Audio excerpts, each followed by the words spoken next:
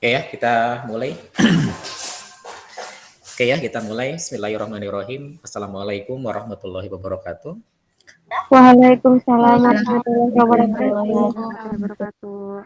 Oke, alhamdulillah puji syukur milik Allah pada kesempatan siang hari ini kita bisa bertemu kembali. Ya, tadi Anda sudah mengawali kegiatan pembelajaran.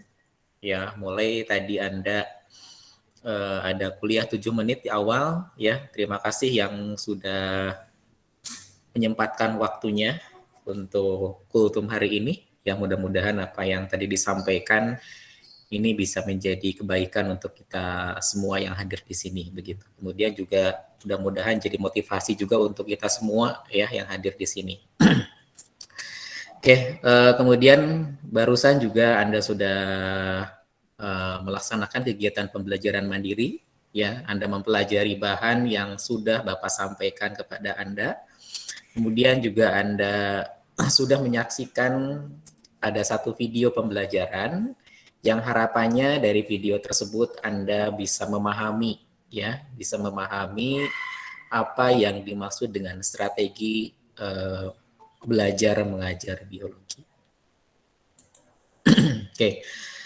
Kemudian barusan juga Anda sudah melaksanakan kegiatan diskusi ya, Bapak sudah simak ya, sudah baca ya komentar atau tanggapan-tanggapan dari Anda terkait dengan definisi strategi ya, kemudian juga kenapa guru harus berstrategi dan tadi pertanyaan yang lainnya. Oke, dari jawaban-jawaban yang sudah Anda sampaikan sebetulnya Anda sudah memahami ya, sudah memahami yang pertama apa yang dimaksud dengan strategi. Kemudian juga terlihat di situ juga Anda sudah memahami kenapa guru harus berstrategi begitu ya. Kemudian ada karakteristik biologi, mata pelajaran biologi apakah sama atau berbeda antara guru biologi dengan guru mata pelajaran yang lain, mata pelajaran biologi dengan mata pelajaran yang lain. Oke, ada karakter ya, karakter biologi. Ya, karakter ini sebetulnya yang nanti membedakan antara mata pelajaran biologi dengan mata pelajaran yang lain. Termasuk ya ketika menjadi seorang guru biologi juga ada kemampuan atau kompetensi tertentu yang memang berbeda dengan guru mata pelajaran yang lain. Ya, tadi Bapak sudah menyimak ada salah satu komentar dari teman Anda bahwa kalau ingin menjadi seorang guru biologi harus punya kemampuan, salah satunya di situ keterampilan proses. Ya, kemudian juga bisa memanage pelaksanaan kegiatan pembelajaran di lab. Ya, kemudian juga bisa menggunakan alat-alat yang ada di laboratorium itu salah satu ya kemampuan yang memang harus dimiliki oleh seorang guru biologi yang ini berbeda ya. Ini membedakan dengan guru mata pelajaran yang lain. Kalau tugas umumnya sama begitu ya, kalau tugas umumnya sama. Oke, kemudian juga tadi Anda sudah menyimak video ya, kemudian Anda berkomentar di situ terkait dengan strategi apa saja. Dari jawaban-jawabannya menunjukkan bahwa sebetulnya Anda sudah punya gambaran ya terkait dengan strategi belajar mengajar khususnya pada mata pelajaran biologi. Ya, tadi ada yang mengemukakan bahwa strateginya menggunakan video pembelajaran, gitu ya. Karena kalau kita perhatikan tadi di video ada video yang ditayangkan oleh guru. Itu kan salah satu strategi, ya, salah satu bentuk strategi. Kemudian gurunya menggunakan model discovery atau melalui pengalaman belajar penemuan. Itu juga menjadi bagian dari strategi. Gurunya menggunakan metode tanya jawab. Itu juga menjadi bagian dari strategi belajar mengajar biologi. Gitu. Oke, mudah-mudahan aktivitas yang tadi Anda lakukan ini sedikit banyaknya bisa memberikan gambaran ya kepada Anda terkait dengan konsep strategi belajar mengajar gitu ya. Kemudian ada karakteristik biologi, karakteristik guru biologi, ya. Kemudian juga ada kompetensi guru, begitu, ya. Jadi yang akan kita bicarakan hari ini ya seputar apa yang tadi Bapak sampaikan. Mulai yang pertama terkait dengan konsep strategi, kemudian yang kedua nanti masuk ke karakteristik biologi, karakteristik guru biologi, ya, kemudian kompetensi guru, ya. Jadi itu yang insya Allah hari ini kita akan diskusikan, begitu. Oke, Bapak tidak akan menyampaikan detail, ya, karena Bapak yakin Anda sebagian besar ini sudah memahami apa yang ingin Bapak sampaikan, begitu. Oke, Bapak hanya akan mengulas nanti beberapa, ya, pada poin-poin tertentu yang memang perlu penekanan, ya. Oke, kita awali dari ini dulu ya, pengertian strategi belajar mengajar. Anda nanti sebagai seorang guru, ya, sekarang kan masih calon guru, ya, calon pendidik yang mudah-mudahan nanti insya Allah 3 tahun ke depan ya Anda selesai dan Anda bisa nanti mengabdikan diri sebagai seorang pendidik atau guru, begitu. Salah satu pekerjaan yang nanti akan Anda lakukan ketika Anda mengajar, ya Anda salah satunya nanti harus berpikir, begitu ya. Berpikir ketika nanti Anda akan mengajar, ketika besok akan mengajar, ya setidaknya kan Anda memikirkan kira-kira besok pembelajarannya mau seperti apa, medianya apa, kemudian tujuan pembelajarannya seperti apa, gitu ya. Apakah nanti perlu kegiatan praktikum atau tidak, gitu ya. Perlu praktikum atau tidak, ya. Kalau ada praktikum perlu disediakan atau tidak LKPD-nya, ya. Kemudian apakah nanti akan ada diskusi atau tidak, begitu ya. Kemudian evaluasinya, ya. Evaluasinya seperti apa? Instrumen evaluasinya apakah hanya tes saja atau nanti mengukur juga kemampuan yang lain, ya, misalnya kemampuan presentasi, kemampuan diskusi, ya, kemampuan menggunakan mikroskop atau kemampuan-kemampuan yang lain. Nah, itu semua, ya, itu semua adalah bentuk strategi, ya, bentuk strategi yang disiapkan oleh guru. Ya, tadi dari kegiatan diskusi Anda sudah paham juga sebetulnya ya. Kenapa guru harus berstrategi? Karena tadi untuk mengoptimalkan pencapaian tujuan pembelajaran. Ya. Jadi kalau misalkan guru akan mengajar itu kan ada tujuan. Ada kompetensi, ada kemampuan yang harus dibekalkan kepada peserta didik. Nah, agar pencapaian kompetensi atau kemampuan itu optimal, maka di situ guru harus bersiasat. Guru harus menyiapkan strategi. Ya. Jadi seperti yang digambarkan tadi di video, ya, ada metode tanya jawab, kemudian gurunya menampilkan video, begitu ya. Kemudian gurunya mengkondisikan kegiatan presentasi, gurunya mengkondisikan kegiatan diskusi. Nah, itu semua menjadi bagian dari strategi yang disiapkan, direncanakan oleh guru sebelumnya. Tujuannya untuk apa? Untuk membantu, mengoptimalkan pencapaian tujuan-tujuan pembelajaran. Ya, ini ada beberapa definisi. Bapak tidak akan sampaikan satu persatu, tapi pada intinya seperti itu. Jadi yang namanya strategi ini adalah kegiatan perencanaan, ya, kegiatan perencanaan atau ya kalau kita perhatikan di sini ya ada cara yang dipilih untuk menyampaikan materi pelajaran, ya, atau perencanaan kegiatan pembelajaran. Kemudian kalau kita perhatikan ya definisi yang lain di sini, strategi belajar mengajar adalah suatu rencana kegiatan yang dirancang seksama. Ya, dirancang seksama. Artinya di sini harus dipikirkan sesuai dengan tuntutan kurikulum untuk mencapai hasil yang optimal. Caranya bisa berbagai macam. Ya, misalkan di sini memilih pendekatan. Seperti tadi ya. tadi di video gurunya memilih strategi discovery learning, ya, belajar melalui proses penemuan. Metodenya, ya, metodenya tadi guru menggunakan metode diskusi, ceramah, tanya jawab, medianya, ada media video dan lain sebagainya.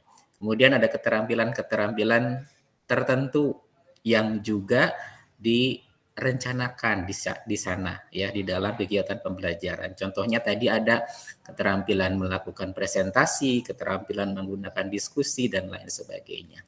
Nah, ini semua direncanakan dalam upaya untuk membantu peserta didik mendapatkan kompetensi, kemampuan yang tertera pada tujuan pembelajaran, ya. Oke. Kemudian strategi ini juga terkait dengan komponen yang ada di dalam proses belajar mengajar. Ya, ini dulu barangkali Anda sudah pelajari, ya, di mata kuliah sebelumnya, bahwa di dalam proses pembelajaran itu ada beberapa komponen yang terlibat. Di antaranya ada tujuan. Ya, kalau Anda ngajar kan ada tujuan, ya. Kalau Anda ngajar pasti ada tujuan. Kalau guru ngajar pasti ada tujuan yang ingin dicapai apa. Ya, ada tujuan pengetahuan. Ya, kalau kita kaitkan dengan hakikat sains yang kemarin kita bahas, tujuannya itu bisa berupa sikap, ya, sikapnya sikap ilmiah. Kalau di dalam sains, di dalam IPA, kemudian ada pengetahuan, pengetahuannya adalah pengetahuan ilmiah. Kemudian ada proses sains atau Anda mengenalnya dengan istilah keterampilan proses. Jadi yang dibekalkan, yang menjadi tujuan pembelajaran biologi ya meliputi ketiga aspek tersebut. Pengetahuannya, terkait dengan pengetahuannya, terkait dengan keterampilan proses, dan terkait dengan sikap. Ya. Selain tujuan ada bahan pelajaran, ada materi. Materinya pun harus disiapkan sedemikian rupa ya agar bisa memberikan bekal sikap, pengetahuan, dan juga keterampilan. Itu ya. Kemudian kegiatan belajar mengajar, ya ini juga harus disiapkan. Kira-kira nanti mau menggunakan strategi apa? Misalkan tadi di dalam kegiatan belajar mengajarnya menggunakan discovery learning, ya menggunakan metode diskusi, menggunakan metode tanya jawab, menggunakan metode ceramah dan yang lainnya. Kemudian medianya apa? Kemudian alat evaluasinya seperti apa? Gitu ya, seperti yang tadi di video tunjukkan bahwa gurunya menggunakan ada penilaian diskusi, gitu ya. Ada penilaian diskusi, ada penilaian presentasi, kemudian ada penilaian pengetahuan di akhir, gitu ya. Ada kegiatan post-test yang dilakukan oleh gurunya. Nah, itu semua adalah bagian dari strategi. Jadi strategi itu meliputi hal-hal yang terkait dengan komponen belajar mengajar, terkait dengan komponen tujuan, bahan pelajaran, kegiatan belajar mengajar, metode, media, sampai evaluasinya. Gitu. Oke, kita lanjut ke karakteristik siswa biologi dan juga guru biologi. Tadi ditanyakan ya dalam pertanyaan diskusi. Oke, Anda nanti disiapkan untuk menjadi seorang guru biologi. Biologi itu nanti siswa yang Anda hadapi atau peserta didik yang Anda hadapi itu berada pada rentan usia 12 sampai 20 tahun. Di SMA itu ya, SMA kelas 9, kelas 10 ya, kelas 10, kelas 11, kelas 12, kelas 1 SMA sampai kelas 3. Nah, itu kisarannya ada di usia 12 sampai 20 tahun. Jika dilihat dari perkembangan kognitifnya, sudah masuk pada tahapan perkembangan operasi formal. Ini adalah tahapan perkembangan kognitif yang paling tinggi, ya, tahapan perkembangan proses berpikir yang paling tinggi.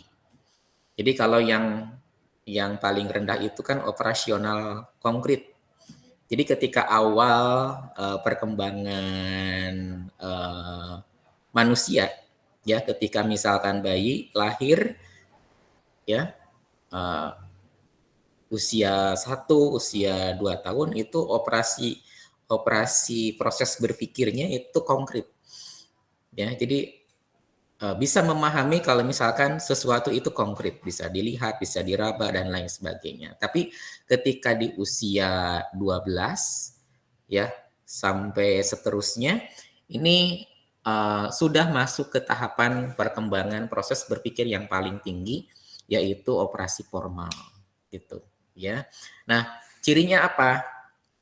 Anak pada usia ini sudah bisa berpikir abstrak, sudah bisa membayangkan, sudah bisa memprediksi, ya, sudah bisa berhipotesis, sudah bisa melakukan nalar ilmiah, memecahkan masalah dan kemampuan-kemampuan operasi berpikir kompleks yang lainnya, ya. Jadi ini sebetulnya kondisinya tepat ya bagi Anda nanti ketika Anda harus mengajarkan biologi dengan strategi atau pendekatan saintifik. Gitu. Karena kan standar proses pembelajaran di dalam kurikulum 2013 itu kan harus saintifik. Ya, Anda mungkin dulu pernah belajar ya di filsafat ilmu, ada scientific proses, ada metode ilmiah, observing, ya, kemudian questioning, merumuskan masalah, kemudian berhipotesis, kemudian melakukan percobaan untuk menguji hipotesis, mengumpulkan data, menganalisis data, sampai pada akhirnya mendapatkan sebuah kesimpulan. Kemudian kesimpulannya dikomunikasikan. Nah, itu semua adalah langkah-langkah ilmiah yang memerlukan kemampuan berpikir abstrak, ya, memerlukan kemampuan berhipotesis, bernalar, membuat prediksi dan juga memecahkan masalah. Jadi sudah klop ya, sudah cocok dengan karakteristik peserta didik di usia 12 sampai 20 tahun gitu. Ya, karena kan ketika nanti Anda ngajar biologi juga harus relevan sesuai dengan falsafah hakikat dari biologi itu sendiri, ya. Seperti yang kemarin sudah Bapak sampaikan, bahwa di dalam IPA, di dalam biologi ada produk pengetahuan, ada proses, dan juga ada sikap. Begitu. Prosesnya di sini yang memang perlu diajarkan juga, proses ilmiah, metode ilmiah. Di usia 12-20 tahun, kalau kita lihat operasi kemampuan berpikirnya, ini sudah operasi formal dan ini cocok. Ya, kalau misalkan Anda harus mengajarkan biologi dengan langkah-langkah metode ilmiah. Oke, kemudian kita lanjut ke karakteristik biologi, ya. Kalau kita perhatikan, ya, kalau Anda perhatikan, seperti yang tadi Bapak sampaikan bahwa biologi ini berbeda, punya karakter yang berbeda dengan mata pelajaran yang lain. Yang pertama, objeknya sudah berbeda, ya. Biologi, objek kajiannya adalah makhluk hidup. Fungi, monera, bakteri, gitu ya. Kemudian tumbuhan, hewan itu yang menjadi objek kajiannya, begitu. Beda dengan mata pelajaran yang lain. Kalau fisika kan benda-benda mati atau fenomena-fenomena fisika yang memang ada hadir di alam semesta ini. Oke, pembelajaran biologi di sekolah dapat dikatakan unik ya karena baik subjek maupun objek pembelajarannya memiliki karakter yang khas. Misalnya, ya dulu Anda pernah belajar ya pewarisan sifat. Nah, pewarisan sifat ini kalau kita lihat karakter materinya ini secara tidak langsung bisa melatihkan nalar probabilistik atau kemungkinan. Karena di dalam materi pewarisan sifat kan kita belajar di situ ya terkait dengan kemungkinan. Jadi kalau misalkan ayahnya keriting, ibunya lurus, nanti kemungkinan anaknya apa? Itu kan dipelajari di pewarisan sifat ya. Kemudian kalau kita lihat materi yang lain, keanekaragaman hayati, ini dapat melatihkan kemampuan berpikir sistematis karena di sini kan belajar terkait dengan klasifikasi, ya. Tumbuhan tertentu misalkan jagung dia masuk ke dalam kelompok apa, genusnya apa, familinya apa, ya. Itu kan erat kaitannya dengan berpikir sistematis. Kemudian ada materi struktur dan fungsi. Anda belajar sistem pencernaan, sistem reproduksi, dan sistem-sistem yang lain. Nah, ini bisa melatih nalar proporsional. Kemudian juga nalar korelasional, bahwa segala sesuatu ini punya hubungan. Kenapa gigi geraham bentuknya bagian permukaannya luas begitu? Beda dengan gigi taring. Gigi taring kan ujungnya lancip. Ya, beda dengan gigi seri. Gigi seri juga ujungnya lancip tapi agak luas gitu ya, panjang. Nah, itu semua terkait dengan fungsinya. Jadi ada hubungan, ya, ada hubungan antara bentuk dengan fungsi. Ada hubungan, ada korelasi. Jadi mengajarkan nalar proporsional, mengajarkan nalar korelasional gitu ya. Jadi kalau kita perhatikan setiap bab ini punya efek sampingannya, punya nurut-turunan efek di sini yang akan berpengaruh pada kemampuan nalar atau logika berpikir peserta didiknya. Oke, nah ini berdampak juga pada kompetensi yang harus dimiliki oleh guru biologi. Ya, tadi sudah disampaikan di kegiatan diskusi, ya, ada teman Anda yang berpendapat bahwa seorang guru biologi ini harus punya kemampuan tambahan yang lain. Misalnya di sini harus menguasai KPS, ya. Karena kalau kita lihat di biologi, ya, atau di dalam IPA, yang salah satu tuntutannya adalah guru harus mengajarkan selain produk juga harus mengajarkan proses. Ya, kalau mengajarkan proses berarti mengajarkan metode ilmiah. Kalau mengajarkan metode ilmiah berarti ya harus menguasai keterampilan proses. Gurunya harus menguasai keterampilan proses, siswanya juga harus menguasai keterampilan proses. Keterampilan mengobservasi, merumuskan masalah, ya, klasifikasi, interpretasi, berkomunikasi, dan kemampuan-kemampuan KPS yang lain gitu. Tugas dan juga peranan guru.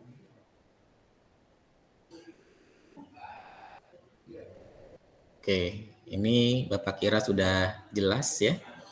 Kemudian terkait dengan kompetensi guru, ya, Anda mungkin sudah mempelajari sebelumnya ada 4 kompetensi utama. Kompetensi pedagogik, kompetensi profesional, kompetensi sosial, ya, dan kompetensi kepribadian gitu ya. Jadi ada pedagogik, profesional, kepribadian, dan kompetensi sosial. Itu empat kompetensi utama yang ada pada Undang-Undang Guru yang harus dimiliki oleh seorang guru. Oke, kemudian kalau kita lihat tugas di sini ya, tugas utama guru adalah membuat persiapan, melaksanakan kegiatan belajar mengajar, mengadakan evaluasi serta asesmen dalam proses belajar mengajar yang telah dilakukan. Jadi di awal membuat persiapan dulu, di situ guru berstrategi, kemudian melaksanakan kegiatan pembelajaran, guru mengimplementasikan perencanaan atau strateginya, dan kemudian mengadakan evaluasi untuk mengetahui ketercapaian tujuan, ya, tujuan pembelajaran yang ada di dalam proses pembelajaran. Gitu. Oke, peran guru ini juga Bapak yakin dulu pernah disampaikan, penyampaian informasi pengelola kelas, learning management sebagai fasilitator dan sebagai evaluator. Ya, jadi tugas guru ingat tidak hanya sebagai penyampai informasi, tapi lebih dari itu, seorang guru harus menjadi fasilitator, membantu, memfasilitasi, dan juga sebagai evaluator untuk ya harus bisa memutuskan seorang guru itu. Ya, memutuskan si A kemampuannya seperti apa, si B kemampuannya sudah sejauh mana. Itu kan bagian dari kemampuan guru sebagai evaluator. Oke, ini tadi ya terkait dengan kompetensi guru, ada kompetensi ada kompetensi pedagogik terkait dengan kependidikan, ya. Misalnya di sini mengetahui punya wawasan tentang landasan kependidikan, memahami peserta didik, kemudian memahami kurikulum, memahami perancangan pembelajaran, dan yang lainnya. Ini semua terkait dengan kepedagogian atau kependidikan. Itu. Kemudian selanjutnya kepribadian. Seorang guru harus punya kepribadian yang mantap, berakhlak mulia, berwibawa, stabil, dewasa, jujur, dan seterusnya. Oke, kemudian ada kompetensi sosial. Bagaimana guru bisa berkomunikasi ya dengan teman sejawatnya, dengan peserta didik, dengan atasan ya, kepala sekolah. Kemudian bentuk komunikasinya bisa lisan, tulisan, atau yang lain. Profesional ini terkait dengan penguasaan bidang keilmuannya. Jadi kalau Anda nanti menjadi seorang guru biologi, maka Anda harus menguasai keilmuan biologi secara luas dan mendalam. Ini kompetensi profesional. Oke ya, itu barangkali sekilas ya paparan materi dari Bapak. Ya, ada yang ingin ditanyakan barangkali silahkan terkait dengan konsep strategi, kemudian juga karakteristik biologi, karakteristik guru biologi, karakteristik peserta didik atau siswa, dan kompetensi guru. Silakan, barangkali ada yang ingin ditanyakan.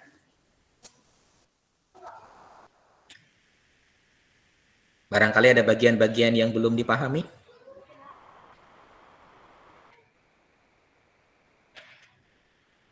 Sudah punya gambaran sekarang terkait dengan strategi itu apa? Kemudian kenapa guru harus berstrategi? Karakteristik biologi, karakteristik guru biologi, sampai ke kompetensi guru biologi. Silakan. Ada yang ingin ditanyakan barangkali?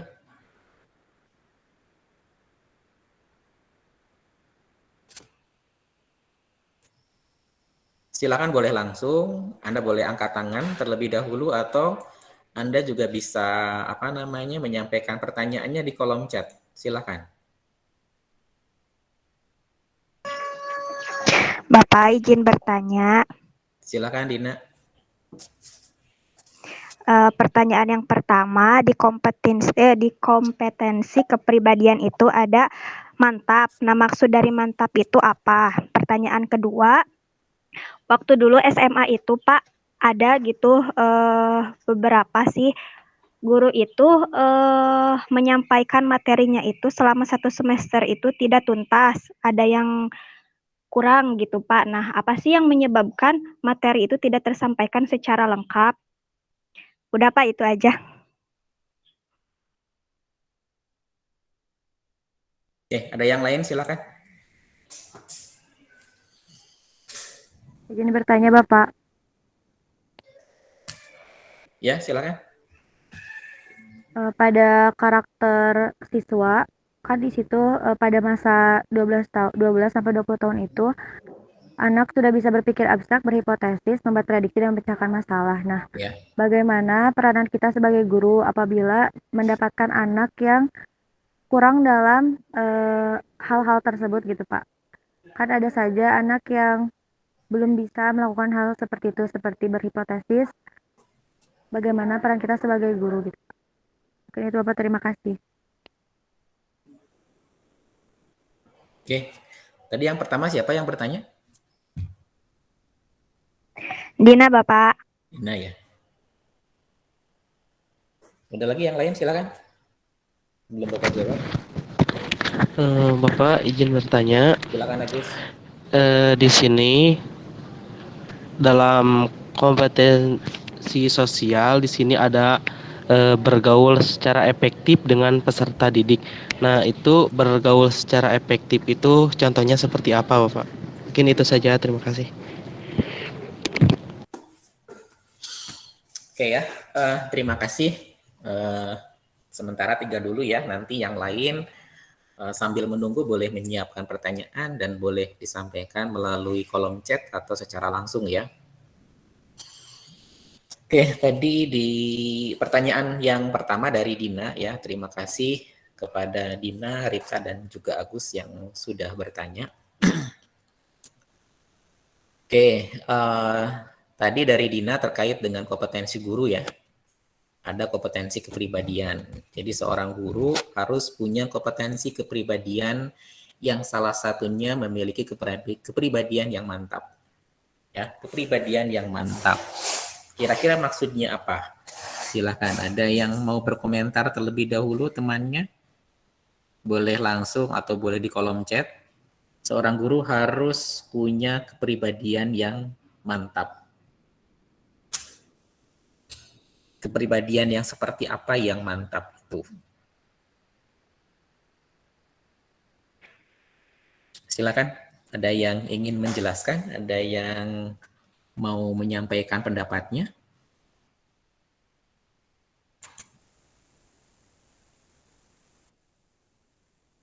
Ada Malah nggak? Malah hadir?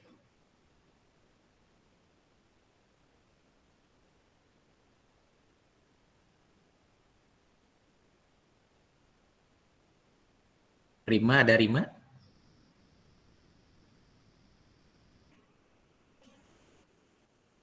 Halo? Rima, Ada ada Rima? Bapak. Ya, silakan Rima.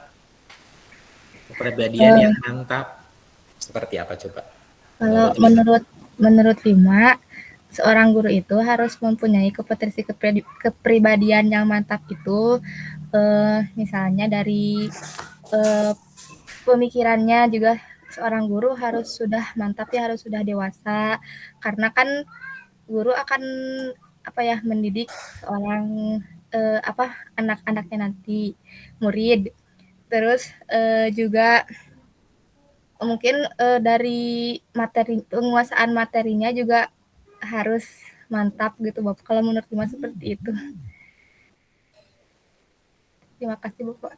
Oke ya, terima kasih kepada Rima yang telah berkomentar tadi terkait dengan apa yang dimaksud dengan kepribadian yang mantap. Ya, sebetulnya betul apa yang barusan dijelaskan oleh Rima. Kepribadian yang mantap itu ya kepribadiannya stabil. Ya, dulu mungkin pernah Anda rasakan ya ketika SMP, ketika SMA, ya, ketika misalkan musim ini Anda ikut, ya. Orang menyukai idola tertentu Anda ikut juga, begitu ya.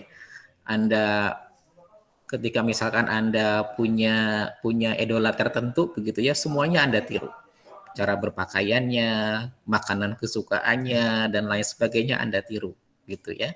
Karena pada usia-usia tersebut biasanya ya masih ikut ke sana, ikut ke sini begitu ya, ikut ramenya seperti apa dan lain sebagainya begitu. Ya. Itu dalam upaya dalam rangka untuk mencari sebuah kepribadian gitu ya. Anda kan belum punya kepribadian yang mantap misalkan dulu ya ketika usia SMP atau usia SMA. Sehingga ikut ke sana, ikut ke sini begitu ya. Ketika ada sesuatu yang teman-teman Anda sukai, Anda ikut juga gitu ya. Jadi seolah-olah di situ belum punya prinsip yang dipegang secara kuat gitu ya. Nah, seorang guru tentunya tidak boleh punya kepribadian yang seperti itu. Ya, jadi yang dimaksud dengan mantap di situ adalah stabil. Sudah tidak terpengaruh lagi oleh lingkungan, oleh kanan kirinya, ya, atau oleh orang-orang tertentu yang misalkan berpengaruh gitu, tidak ikut-ikutan dan lain sebagainya. Karena memang sudah punya kepribadian yang dipegang, sudah punya kepribadian yang mantap, gitu ya, sudah punya prinsip hidup.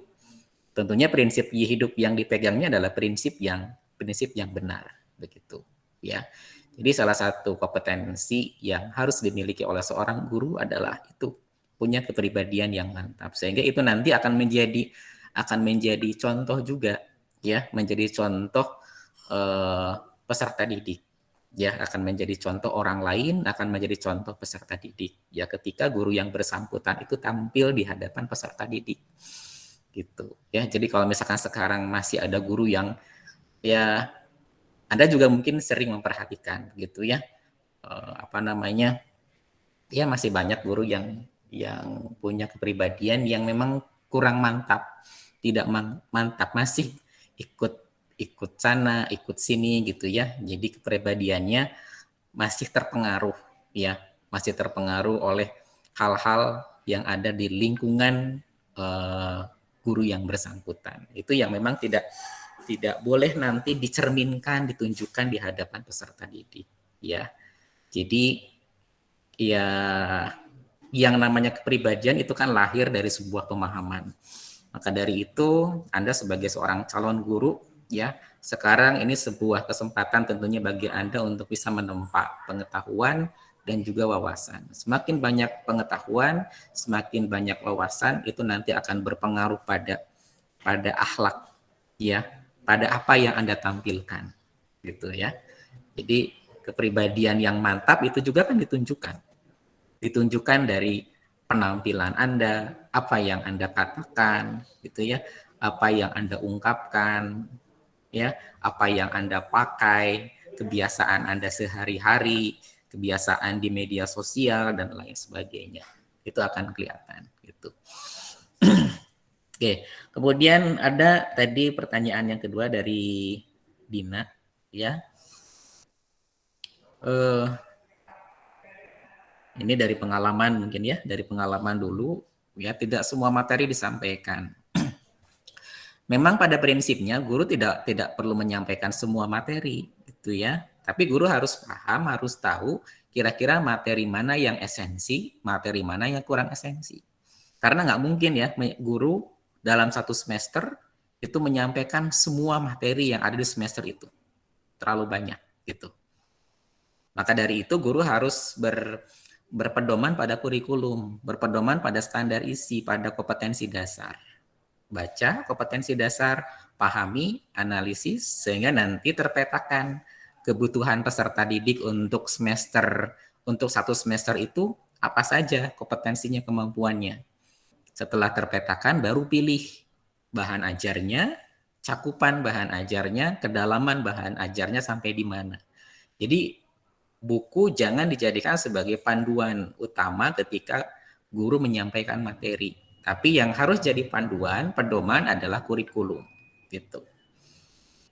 Ya, jadi di sini ya guru harus pandai juga memilah materi mana yang esensi. Esensi itu penting. Jadi kalau materinya menjadi prasyarat untuk menguasai pengetahuan atau materi yang lain, berarti itu esensi. Kalau materinya terkait dengan banyak hal, itu materi yang esensi, gitu. Jadi guru harus memilih mana yang esensial, mana yang kurang esensi. Nah, setelah terpetakan, ini esensial, ini kurang esensi. Misalkan guru akan mengajar bab tentang sistem pencernaan. Setelah dibaca, dipelajari, ya, dikaitkan dengan kompetensi dasar, oh ini yang esensinya nih. Ini konsep-konsep esensi, ini konsep-konsep yang kurang esensi. Maka guru harus mendahulukan konsep atau materi-materi yang esensi. Yang kurang esensi bisa dikesampingkan. Bisa lewat penugasan, ya, ditugaskan untuk membaca bagian materi itu, ya, atau bisa ditugaskan atau yang lainnya, gitu, ya. Jadi itu ya untuk pertanyaan yang kedua. Baik Bapak, terima kasih. Oke, kemudian tadi Rita ya. Rita, anak usia 12 sampai 20 tahun idealnya itu sudah sampai pada tahap operasi formal kemampuan berpikirnya. Oke, betul tadi apa yang dikatakan oleh Rita ya. Tidak semua peserta didik ya, bahkan Bapak juga pernah dulu mengukur kemampuan ini di mahasiswa tingkat pertama dan juga tingkat kedua. Ternyata masih banyak peserta didik yang masih pada posisi praoperasional. Jadi sebelum masuk ke operasi formal, itu praoperasional dulu. Ya, praoperasional dulu kemampuan berpikirnya. Terus bagaimana apabila dihadapkan pada kondisi yang seperti itu? Nah, disinilah ya seorang guru bisa berperan sebagai fasilitator, sebagai pembimbing. Ya, karena nanti pun ya ketika Anda jadi seorang pendidik, seorang guru di kelas, ada 30 orang peserta didik, ada 40 orang peserta didik, pasti kemampuannya akan berbeda-beda. Ya, kemampuannya akan berbeda-beda, minatnya akan berbeda-beda, gitu ya, termasuk kemampuan berpikirnya juga berbeda-beda. Ada anak yang satu kali dijelaskan paham, ada anak yang harus 2 kali dijelaskan baru paham, ada anak yang harus 3 kali dijelaskan baru paham. Ada anak yang sudah berkali-kali dijelaskan nggak paham-paham. Nah, itu Anda harus maklumi, ya. Itu Anda harus maklumi karena memang kemampuan berpikir ini ya berbeda-beda. Tapi walaupun berbeda-beda, ya Anda sebagai seorang guru nanti harus bisa memberikan bantuan, harus bisa memberikan fasilitasi ya kepada peserta didik yang memang perlu dibantu itu, ya. Sehingga nanti seorang guru harus bisa memberikan tugas-tugas tambahan atau rancangan kegiatan tugas yang berbeda antara peserta didik yang satu dengan peserta didik yang lain. Sehingga nanti peserta didik yang kemampuan berpikirnya masih di bawah, ya dengan settingan aktivitas yang kita setting untuk mereka nanti bisa mengikuti juga, gitu. Ya, bisa mengikuti juga kegiatan pembelajaran yang sudah Anda rencanakan sebelumnya. Jadi ada peserta didik nanti yang nggak usah dibantu gitu ya, ngerjain tugas langsung sudah paham gitu ya. Tapi peserta didik yang lain, Anda mungkin harus berikan perlakuan yang lain atau tugas yang lain gitu ya, Sehingga nanti bisa bervariasi, ya, bisa bervariasi antara peserta didik yang satu dengan peserta didik yang lain. Jadi itu yang memang nanti harus dipahami juga oleh guru, ya. Tadi kan salah satu kompetensi yang harus dimilikinya di kompetensi kepedagogian harus memahami peserta didik, salah satunya itu. Tapi kalau kita berbicara pada umumnya, memang anak usia 12 sampai 20 tahun itu sudah masuk ke operasi formal. Gitu. Tapi kalau belum, ya Anda harus guiding gitu ya. Anda harus guiding, Anda harus bimbing dari awal sampai akhir. Ada peserta didik yang kalau misalkan sudah operasi formal, yang nggak usah dibimbing. Tapi yang lain perlu dibimbing. Kemudian dalam strategi juga Anda perlu mengkondisikan, ya, kenapa penting di sini pembelajaran secara berkelompok, ya, kolaboratif, itu dalam rangka untuk ya tadi membantu peserta didik yang memang kemampuannya di bawah teman-temannya yang lain. Itu, ya. Jadi bisa dilakukan seperti itu. Oke, kemudian pertanyaan yang ketiga dari Agus, ya, bergaul secara efektif, ya, salah satu kompetensi sosial yang harus dimiliki oleh peserta, oleh guru, oleh pendidik adalah bergaul secara efektif. Yang efektif ini yang bagaimana, gitu ya. Ketika mengajar, guru ya dihadapkan pada peserta didik. Di situ guru berkomunikasi dengan peserta didik. Maka bahasa yang digunakan, ya, pilihan kata yang digunakan itu pilihan kata yang memang bisa dengan mudah dicerna oleh peserta didik, gitu. Sehingga pesan yang disampaikan, informasi yang disampaikan kepada peserta didik ini mudah dipahami, mudah dicerna oleh peserta didik. Gitu, ya. Jadi itu yang dimaksud dengan bergaul secara efektif. Ya, jadi ketika berhubungan, ya, berkomunikasi dengan kepala sekolah, dengan teman sejawat, ini harus dibedakan gitu ya. Jadi cara berkomunikasi dengan teman sejawat, dengan guru-guru yang lain, atau dengan kepala sekolah harus berbeda gitu ya. Kata-kata yang digunakan, bahasa yang digunakan, ya, tata krama yang digunakan ini harus berbeda. Ya, ketika bergaul di masyarakat pun ya sama seperti itu. Ya, ketika bergaul di masyarakat pun sama seperti itu. Ya, sebetulnya tadi di awal ya kultum begitu ya, kan ada surat Al-Mujadalah dan juga ada surat Qaf ayat 66. Di ayat di surat yang kedua ya, yang Qaf ayat 66 itu sebetulnya mengisyaratkan salah satu kompetensi yang harus dimiliki oleh Anda nanti sebagai seorang pendidik, ya. Apa yang keluar dari mulut Anda, apa yang keluar dari perilaku Anda itu harus sesuatu yang benar. Karena kalau misalkan apa yang Anda katakan itu benar, ya, ada dalam diri Anda, menjadi kepribadian Anda, ya, apa yang keluar dari mulut Anda itu punya power atau kekuatan yang memang berbeda, gitu. Ya. Jadi orang akan mengikuti, akan mudah memahami apa yang Anda katakan, orang akan dengan mudah mengikuti apa yang Anda instruksikan kalau misalkan memang apa yang Anda katakan itu adalah sesuatu yang benar, ilmu yang bermanfaat, ilmu yang tidak hanya ada dalam mulut tapi juga ada dalam diri Anda, gitu ya.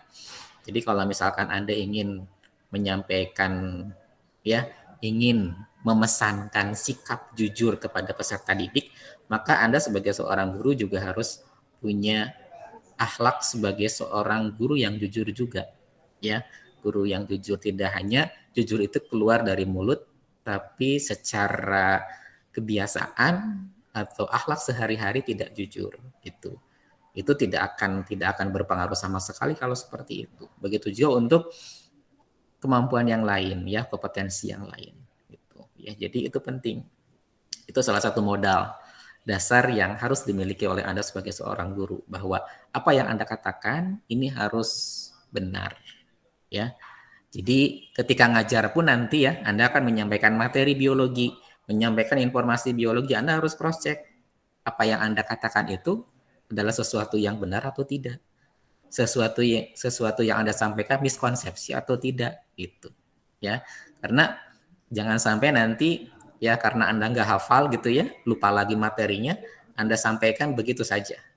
gitu ya. Padahal di situ ada kesalahan konsep, ada miskonsepsi. Itu yang tentunya nanti harus Anda hindari. Ya kalau misalkan Anda mengatakan sesuatu yang memang tidak ada faktanya, itu kan menjadi sesuatu yang tidak benar begitu ya, menjadi sesuatu yang tidak benar. Maka dari itu ya Anda sebagai seorang pendidik harus terus belajar, belajar dan belajar gitu ya. Jadi ini nyambung sebetulnya dengan surat Al-Mujadalah gitu ya. Jadi seorang pendidik itu harus lifelong learning, belajar, terus belajar dan terus belajar. Karena di balik itu kan ada banyak manfaat kebaikan yang bisa Anda dapatkan ketika Anda belajar. Salah satunya nanti derajat yang akan Allah tinggikan gitu ya, akan Allah tinggikan baik di dunia maupun di akhirat. Jadi orang yang duduk di majelis ilmu, mempelajari ilmu yang bermanfaat, kemudian juga membantu memudahkan orang, ya. Misalkan di sini peserta didik untuk belajar ilmu, itu juga menjadi bagian ya, menjadi bagian yang nanti Allah akan tinggikan derajatnya. Jadi itu sebetulnya motivasi bagi kita begitu ya. Motivasi bagi Anda sebagai seorang calon pendidik. Oke, itu barangkali yang bisa Bapak sampaikan. Silakan. Sudah terjawab pertanyaannya belum? Dina, Rita dan Agus? Sudah Bapak. Terima kasih Bapak.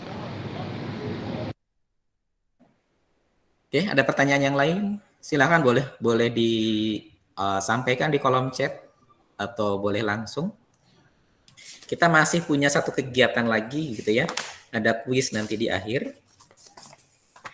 Ada kuis yang harus nanti Anda kerjakan. Silakan, masih ada waktu. Kita sampai jam berapa? Jam 14 ya? Jam 15.30 bukan? Di jadwal.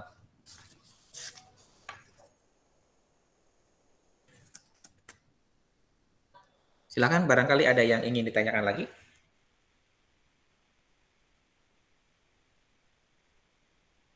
Sepertinya cukup, Bapak. Cukup.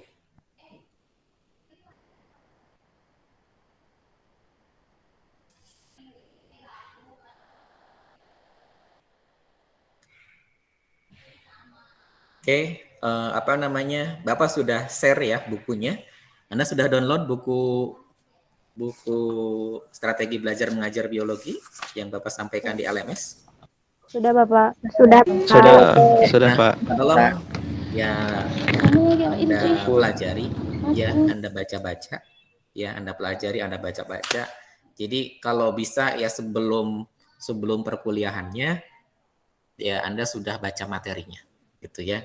Dengan seperti itu nanti akan lebih efektif dan efisien. Anda akan mudah memahami apa yang Bapak sampaikan. Kemudian juga ya nanti akan lebih cepat begitu ya kegiatan meetingnya, kegiatan diskusinya akan lebih cepat kalau misalkan sebelumnya Anda sudah membaca materinya. Jadi punya gambaran lah ya, punya gambaran karena Anda baca, kemudian dijelaskan ya, Anda mendapatkan penjelasan, ya nanti akan lebih cepat nyambung gitu ya, lebih cepat nyambung dan lebih cepat Anda memahami apa yang dijelaskan. Gitu. Ya, jadi ya harus tetap semangat ya untuk mempelajari materi, baik itu materi biologinya maupun materi kepedagogian biologinya ya. Jadi ingat dengan ayat tadi yang surat Al-Mujadalah ayat 11 itu sebetulnya ya memberikan inspirasi, motivasi tentunya bagi kita semua untuk selalu terus berlapang-lapang di suatu majelis ilmu, majelis yang di situ ada ilmu yang bermanfaat gitu. Ya, karena insya Allah ya kalau niat Anda baik ya ikut kegiatan perkuliahan ya kalau niat Anda baik maka ya duduk Anda apa yang Anda tulis, gerakan tangan Anda ketika menulis semuanya akan berbuah kebaikan. Semuanya akan berbuah pahala yang tentunya nanti akan berdampak pada meningkatnya derajat Anda ya dibandingkan dengan orang lain yang memang tidak mendapatkan kesempatan ini. Ya, ingat janji Allah di situ akan dinaikkan derajatnya di dunia dan juga di akhirat gitu. Ya. Karena kan orientasi kita kan tidak hanya dunia, tapi juga kita harus orientasikan apa yang kita lakukan di dunia ini untuk bekal juga di akhirat gitu ya. Karena akhirat lebih kekal, akhirat nanti akan lebih panjang waktunya. Jadi kita harus persiapan juga gitu ya. Seperti halnya kita sekarang hidup di dunia kan semua juga serba dipersiapkan begitu ya. Nah, untuk akhirat juga harus dipersiapkan. Dan semuanya atau kesempatan yang memang Anda dapatkan hari ini bisa jadi amal kebaikan semuanya ketika diniatkan dengan ya untuk kemaslahatan, untuk kebaikan. Oke, barangkali itu yang bisa Bapak sampaikan untuk pertemuan hari ini. Oke, untuk selanjutnya ada kuis yang harus Anda kerjakan. Bapak nanti akan share link kuisnya di WA Group. Ya, jadi link kuisnya Bapak nanti akan sampaikan di WA Group. Jadi silahkan pantau WA Grupnya setelah ini. Oke, barangkali itu terima kasih atas partisipasinya, perhatiannya. Terima kasih. Assalamualaikum warahmatullahi wabarakatuh. Waalaikumsalam warahmatullahi wabarakatuh. Terima kasih Bapak. Terima kasih, Bapak. Ya, Pak.